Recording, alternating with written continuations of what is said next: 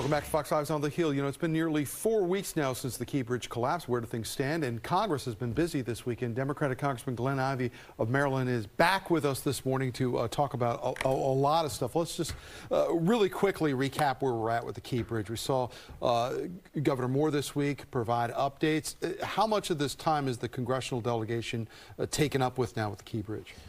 Well, things are moving in the right direction on that front. You know, we're pulling together the effort. There's legislative efforts. You know, there's a couple of committees that are involved from a jurisdictional standpoint. But I think things are going to move forward fine there. The Biden administration has been fantastic. Secretary Buttigieg and Governor Moore has been a superstar on this. So you've been working this weekend, not just with us. House was in session, passing these, you know, these foreign aid bills. This has been talked about for some time. Did it take Iran firing hundreds of drones and missiles at Israel to get this through? Well, I think the real focus on what was making this move or not was Ukraine.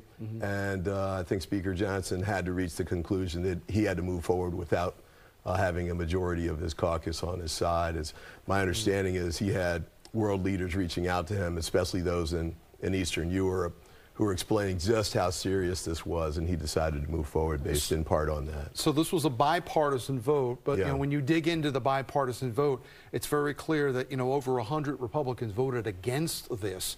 Speaker Johnson is now in trouble with some members from his right wing of his party for working with you Democrats. Is that something that's going to lead possibly to Johnson, much like Kevin McCarthy before him, losing his job? You know, I don't know, but you're right. You know, there were more Republicans that voted against Ukrainian aid than in support of it, which was a surprise to me. But on the other hand, we had other bills, aid for Israel, aid for Gaza, humanitarian aid, Indo-Pacific aid. All of those came through on a bipartisan basis. You had a majority of Republicans supporting those.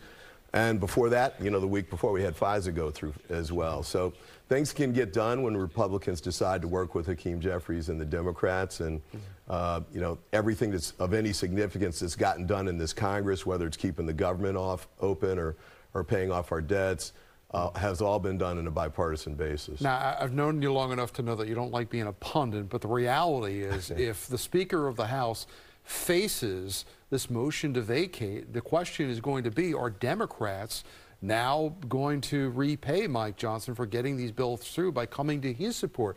You know, we watched you over and over and over and over again vote for Hakeem Jeffries when we knew that Hakeem Jeffries was not going to be the Speaker of the House. Has there been conversation in your caucus right now about what you would do if Marjorie Taylor Greene possibly pushes forward with this and tries to remove Mike Johnson as Speaker? Well, you know, a lot of that took place before these votes yesterday. So we had meetings on Thursday, for example, to go over some of these things. You know, we're going to follow Leader Jeffries' lead at this point. Speaker Jeffries is a little premature. I think that's coming, though.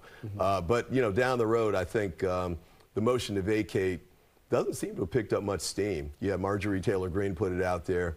I think they've picked up 2 others, but that's not exactly an avalanche on their side. From a purely political viewpoint, though, a motion to vacate would have different advantages possibly and disadvantages for the Democratic Party. On the one hand, you would be able to say that Republicans are in disarray once again, removing the own Speaker. On the other hand, it would be terrible for the country because nothing could get done in the House and you would be thrown back into a standstill that we saw earlier in the year.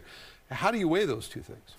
Well, I think the vote to oust McCarthy was based in part on the fact that we concluded that we couldn't trust him anymore. You know, he'd say one thing and do another. Johnson hasn't been that, at least with respect to the Democrats so far. I think he's been pretty much, he and Hakeem have been able to work together on sort of figuring out how to move forward, and it's worked well enough, I think, so far. I know you work closely on Jewish and black relations in the caucus and the House, and I want to get your perspective on what's been going on in Columbia University this past weekend with these pro-Palestinian, anti-Israel protests.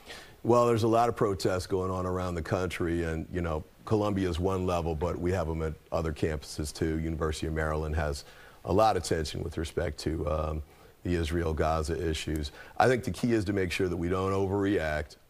You know, on the one hand, you want to make sure that people have a right to free speech, especially students.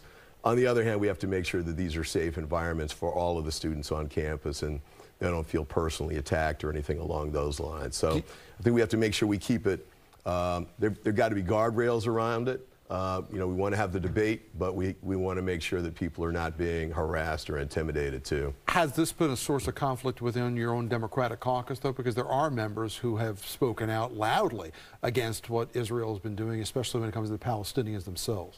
I don't know if I see a caucus conflict, but I think they're campus conflicts for sure.